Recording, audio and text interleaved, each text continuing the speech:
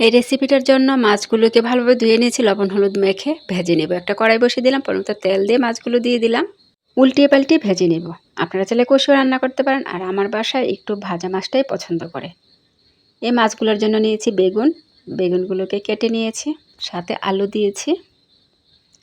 আপনারা চাইলে শুধু বেগুন দিয়ে রান্না করতে পারেন। একটা টিপস, বেগুন কাটার পর লবণ পানি দিয়ে একটু ভিজিয়ে রাখবেন, তাহলে বেগুনের কষটা চলে যাবে আর বেগুনের রেসিপিটা খুব সুন্দর হবে, খেতেও ভালো লাগবে, দেখতেও ভালো লাগবে। মাছগুলো ভাজা হয়ে গেছে, মাছ ভাজার তেলটা একটু দিয়ে দিলাম, আর একটু রান্নার তেল দিয়েছি। তারপর পেঁয়াজ কুচি দিয়ে দিলাম। পেঁয়াজটি একটু নরম হয়ে আসলে একে একে মশলাগুলো অ্যাড করব। পেঁয়াজগুলো যেন পুড়ে না যায় তাই আগে আগে পানিটা দিয়ে দিলাম। তারপর দিয়ে দিলাম রসুন বাটা, স্বাদমতো লবণ, হলুদের গুঁড়া, মরিচের গুঁড়া, আর অন্য কোনো মশলা অ্যাড করব না। এখন মশলাটা ভালোভাবে কষিয়ে নেব। কষানো হয়ে গেলে আমি বেগুন আলু একসাথে দিয়ে দিব। এদিক দিয়ে মশলাটা কষানো হচ্ছে আর আমি টমেটো কেটে নিলাম, বেগুনের সাথে টমেটো অ্যাড করে দিলাম। এখন ধুয়ে রাখা বেগুন টমেটো দিয়ে ভালোভাবে মিশিয়ে নিব।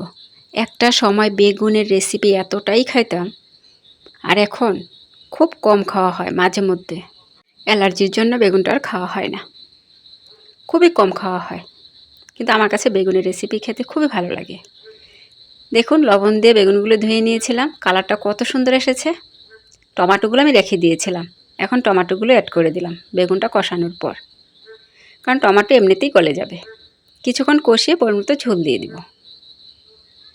আবারও বাহিরে ব্যাঙ ডাকছে। জানেন এটি কী ধরনের ব্যাঙ? এত জোরে জোরে বিকট শব্দ করে ব্যাঙের ডাকগুলো, অবাস্তব। এরকম ব্যাঙের ডাক আমি কখনোই শুনিনি। যাই হোক, কষানো হয়ে গেছে, পরিমতো ঝোল দিয়ে দিলাম। ঝোল দিয়ে ভেজে রাখা মাছগুলো দিয়েছি। মাছগুলো একটু ভালোভাবে বিছিয়ে কিছুক্ষণের জন্য ঢেকে দেব। এই ধরনের রেসিপি কার কার পছন্দ অবশ্যই কমেন্ট করে জানাবেন। এখন কিছুক্ষণের জন্য ঢেকে দিলাম, ঢাকনা উঠিয়ে নেড়ে চেড়ে দিব। আর এখন তো কোনো পোড়ার ভয়ে নেই ঝোল থাকলে রেসিপির। আমার বাসায় বেগুন আলু টমেটো দিয়ে যে কোনো মাছই রান্না করি না কেন খেতে খুবই পছন্দ করে। কিছু কাঁচামরিচের টুকরো দিয়ে দিলাম, আর লাস্ট ফিনিশিং কিছু ধনিয়া পাতা। বেশ হয়ে গেলে লুবনীয় রেসিপিটা। এই রেসিপিটা ভালো লেগে থাকলে অবশ্যই একটা শেয়ার করে দেবেন, ওনাদের দেখার সুযোগ করে দেবেন। যারা আমরা এই ঝোলের রেসিপি খেতে পছন্দ করি, এরকম একটা রেসিপি হলে ঝোল দিয়ে ভাত খাওয়া হয়ে যায়।